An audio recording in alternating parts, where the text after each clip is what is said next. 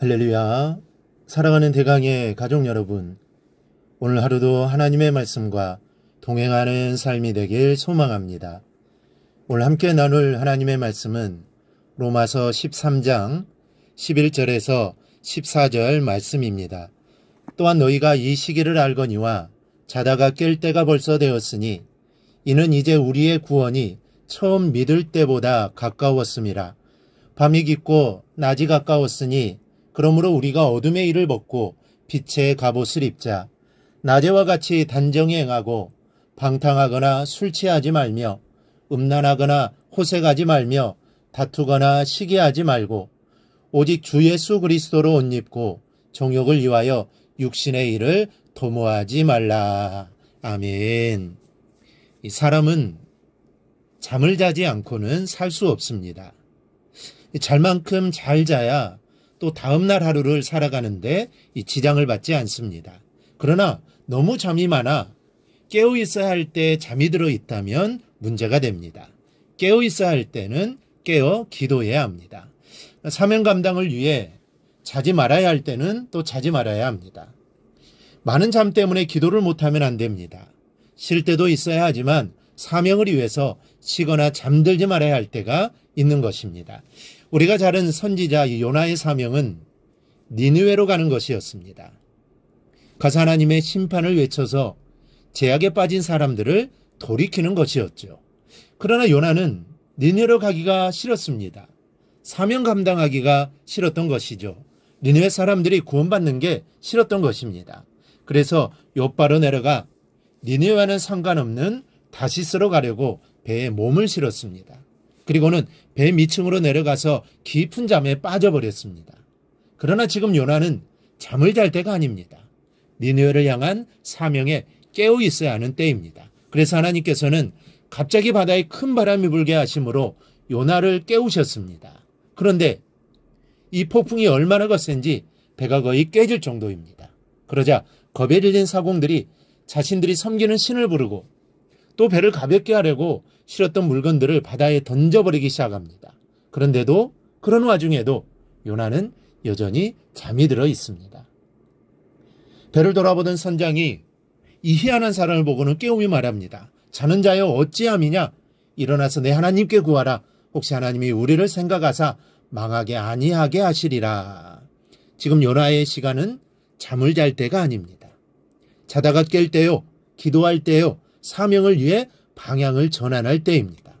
그러나 요나의 영혼은 여전히 잠 속에서 깨어나지 못하고 있었고 하나님께서는 폭풍 속의 바다로 그런 요나를 던져버리셨습니다. 사명을 감당하라는 것입니다. 사명의 자리로 다시 가라는 것이죠. 바울은 오늘 본문에서 또한 너희가 이 시기를 알거니와 자다가 깰 때가 벌써 되었으니 라고 우리에게 말씀하고 있습니다. 지금 우리는 잘 때가 아니라는 것입니다. 하나님의 부르심에 깨어서 사명을 향해 달려나갈 때가 되었다는 말씀입니다. 이 말씀으로 우리 자신을 살펴보십시다. 우리는 지금 어디로 가는 배를 타고 있습니까? 하나님께서 내게 말씀하시는 사명의 길과 방향이 같습니까? 혹시 정반대로 가는 배를 타고는 소중한 사명의 길을 일부러 잊으려고 배 밑창으로 들어가 버리지는 않았습니까? 그 속에서 나를 깨우시려고 폭풍을 일게 하시는 하나님의 손길을 외면하며 그 아우성 속에서도 잠을 자고 있는 것은 아닙니까? 여러분, 지금 우리의 사명은 니느웨에 있습니다. 지금도 얼마나 많은 사람들이 죄 가운데 죽어가고 있습니까?